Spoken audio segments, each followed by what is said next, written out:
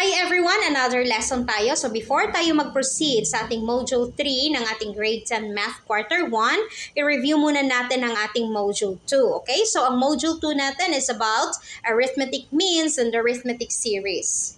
Sasagutan natin ang mga questions na nandito para ma-check natin kung naintindihan ba talaga natin ang ating Module 2. Okay, so meron tayo ditong find the rule of the following arithmetic sequence. Show your solution. First problem natin is 7, 11, 15, and 19. Okay, so ang unang gagawin natin is isulat natin ang ating given. Sorry. So, ang given natin ng ating first term is 7. At ang ating common difference is, ano yung common difference natin? The second term minus the first term. So, 11 minus 7 is equal to 4. So, 4 yung ating common difference. Ngayon, isolve na natin siya gamit ang ating formula. Okay, huwag kalimutan palagi ang ating general formula. Nth term is equal to first term plus the number of terms minus 1 multiplied by the common difference. Okay, so isolve na natin siya. So, nth term is equal to, ano yung first term natin? 7. So, 7 plus n, kasi si n yung hinahanap natin. Ano yung ating nth term? So, n minus 1 multiplied by our common difference na 4. Okay, so 7 plus si 4 is i-multiply natin sa n at sa negative 1. So, 4 times n is equal to 4n. And then, negative 1 times positive 4 is negative 4. So, i-simplify lang natin. Unahin natin si 4n. And then, 7 minus 4 is positive 3. Okay, so therefore, ang ating nth term is 4n plus 3. Okay, so ito na yung rule natin sa ating example number 1. O diba, ang dali lang hanapin ng rule kung ano yung rule ng ating arithmetic sequence. So, ang rule natin is 4n plus 3. So, i-check natin kung tama ba ang ating rule. Okay, so itong 4n, so i-replace natin siya. For example, hanapin natin ang ating first term. So, 4 multiplied by the first term, kasi first term yung hinahanap natin, plus 3 is equal to 4 times 1 is 4 plus 3 is equal to, ang first term is 7. Okay, so 7. Tama ang ating first term, 7. Now, kapag ang second term naman, so 4 times 2 is 8 plus 3 is 11. Okay, so tama siya. Example number 2 naman tayo. So 18, 11, 4, and negative 3. So of course, isulat natin ang ating given na first term, 18. Ang common difference natin is, ano yung common difference? So, second term minus the first term. So, 11 minus 18 is equal to negative 7. So, negative 7 ang ating common difference. At isulat natin ang ating formula, general formula, na nth term is equal to first term plus n minus 1 multiplied by the common difference. So, now, pwede na natin siyang isolve. So, nth term is equal to first term natin 18 plus n, kasi hinahanap natin si n minus 1 multiplied by negative 7. So, 18 plus n times negative 7 is equal to negative 7n. And the negative times negative is positive. 1 times 7 is 7. So, therefore, negative 7n, 18 plus 7 is positive 25. So, ang ating nth term is negative 7n plus 25. Okay, so ito na yung rule natin sa ating arithmetic sequence number 2. I-check natin para malaman natin kung tama ba ang ating rule. Okay, hanapin natin ang third term kung tama ba na 4. So, kung hahanapin natin si third term gamit ang ating nth term, so negative 7 multiplied by 3 kasi si third term yung hinahanap, plus 25. So, negative 7 times 3 is negative 21 plus 25. So, ang ating third term is positive 4. Okay, so tama ang ating third term na positive 4. So, therefore, tama ang ating rule. Number 3 problem tayo. So, the first term is negative 8 and the third term is negative 24. Okay, so isulat lang natin ang ating given. So, ang ating given is ang first term is negative 8 at ang ating third term is is equal to negative 24. Okay, so ang gagawin natin, first term natin is negative 8. And then, wala tayong second term kasi dumiretso tayo sa third term. So, ang third term is negative 24. Kapag ganito ang problem, ang unang hahanapin natin is ang common difference. So, hanapin muna natin ang common difference niya. Okay? So, ang common difference niya, gamit pa rin ang ating general formula na n term is equal to first term plus n minus 1 multiplied by the common difference. So, ilang number of terms meron tayo? 1, 2, 3. Okay, so, tatlo. And then, ang first term natin is negative 8 plus number of terms, ilan meron tayo? 1, 2, 3. So, 3 minus 1 multiplied by d. Kasi si common difference yung hinahanap natin. Okay, so ang third term, ano yung third term natin? Negative 24. So, i-substitute lang natin si negative 24 sa ating third term. And then, negative 8 plus 3 minus 1 is equal to 2 multiplied by d. Okay? So, negative 24. So, si negative 8, pwede natin ilipat sa kabila. So, dahil negative siya, magiging positive siya. Positive 8 is equal to 2 times d is 2d. Okay, so pwede nating pagpalitin sila ng place. So si 2d ilagay natin sa left. And si negative 24 and positive 8 dito sa kabila. So negative 24 plus 8, ano yung sagot? So 24 minus 8 is equal to 16. Tapos ang sign niya is negative. Okay, so i-divide natin both sides ng 2. So, si D na lang yung naiwan. So, common difference is equal to 16 divided by 2 is 8.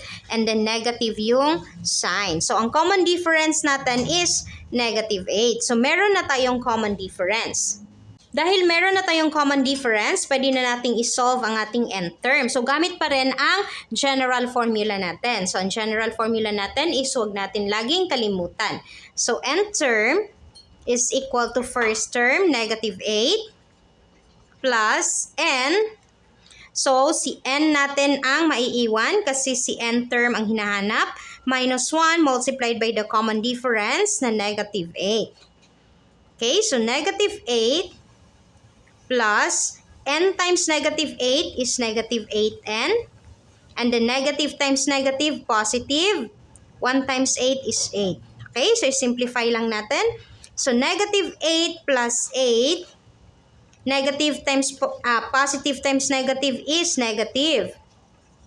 Okay? So, negative 8 plus 8 is 0. So, ang maiiwan is si negative 8n. So, therefore, ang ating n term is negative 8n. I-check natin kung ang ating rule is tama ba siya. So, hanapin natin ang ating second term kasi wala tayong second term dito, di ba? So, second term is equal to negative 8 multiplied by 2 kasi second term yung hinahanap natin. So, negative 8 times 2 is negative 16. So, therefore, ang ating second term is negative 16. So, negative 16 pala to dito. Problem number 4 tayo. So, ang number 4 natin, the first term is 6. Okay, so diretso tayo given. Ang first term is 6. And the common difference is 5. Okay, so meron siyang common difference agad na 5. So, ito yung given natin sa ating problem. Ngayon is isolve na natin siya. So, madali na lang ito kasi meron na tayong common difference agad at first term. So, gamit pa rin ang ating formula na n term is equal to first term plus number of terms minus 1 multiplied by the common difference. So, n term is equal to ang first term natin is 6 plus n minus 1 multiplied by the common difference na 5. Okay, so si 6 plus n times 5 is 5n, positive 5n, and the negative 1 times 5 is negative 5.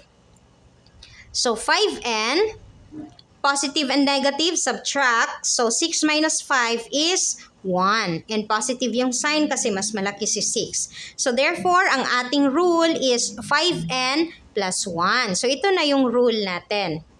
i-check natin kung tama ba ang ating rule. So, i-check natin, for example, hahanapin natin ang ating first term.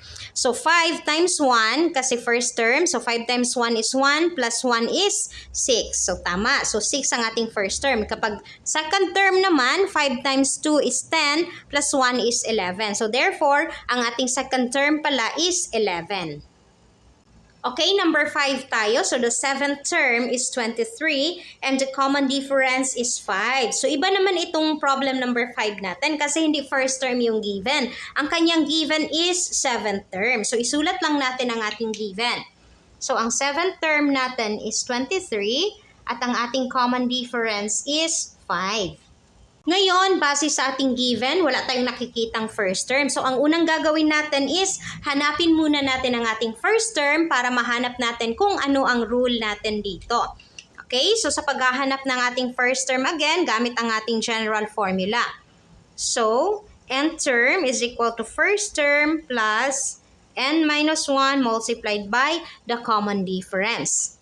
So, base dito is given ang ating n term. That is the seventh term. So, ilalagay natin dito si seventh term is equal to first term kasi hindi natin alam kung ano yung first term natin plus the number of terms is 7 kasi 7 yung last given natin. So, 7 minus 1 multiplied by the common difference na 5. Okay. So, si seventh term is 23 and then first term, kopyahin lang kasi wala pa tayong first term plus 7 minus 1 is 6 times 5. So, 23 is equal to first term plus 6 times 5 is 30. 23, ilipat natin si 30 sa kabilang side. So, si positive 30 magiging negative 30 is equal to first term. Okay? So, pagpalitin natin sila ng pwesto. Sa left si first term, sa right, itong ating mga constant. Okay? So, 23 minus 30 is negative 7. So, therefore, ang first term natin is negative 7. So, meron na tayong first term. So, hahanapin na natin ang ating rule. Okay? Gamit pa rin ang ating general formula. So, n term is equal to first term is negative 7 plus n minus 1 multiplied by the common difference na 5. Okay, so simplify lang natin. So, negative 7 plus n times 5 is 5n. Negative 1 times positive 5 is negative 5. I-simplify lang natin siya. So, 5n, negative and negative, i-add natin, kopyahin ang common sign. So, negative 7 plus 5 is 12. So, therefore, ang ating rule is 5n minus 12. O, di ba napakadali lang? Okay, so i-check natin ang ating rule kung tama ba. So, kukunin natin ang ating first term gamit ang rule natin na 5n minus 12. So, ang first term natin is equal to 5n minus 12. So, 5 multiplied by 1 kasi si first term yung hinahanap, minus 12. So, 5 times 1 is 5 minus 12. So, si first term is 5 minus 12 is negative 7. Okay, so tama ang ating first term na negative 7. Now, si 7 term naman yung hanapin natin kung tama ba na 23 ang ating 7th term. Okay, so 7th term is equal to, gamit pa rin ang ating rule na 5n minus 12. 5 times 7 kasi 7th term ang ating hinahanap, minus 12. Okay, so 5 times 7 is equal to 35 minus 12. So, ang 7th term natin is 35 minus 12, 5 minus 2 is 3, and then 3 minus 1 is 2. And positive yung sign. So, therefore, ang ating 7th term is 23. So, tama ang ating rule. O, diba, napakadali lang ng ating mga problems. Kahit na ang given mo is first term lang at common difference, or kahit na ang given mo is pang ilang term pa yan at common difference at wala kang first term, basta alam mo yung mga formulas natin at alam mo ang ating general rule, alam mo talaga kung ano yung ating sagot. Okay, so dahil tapos na tayong nag-review sa ating Module 2, so pupunta na tayo sa ating Module 3 sa susunod nating video. So I hope na meron kayong natutunan sa ating video for today, guys. See you on our next lesson. Bye!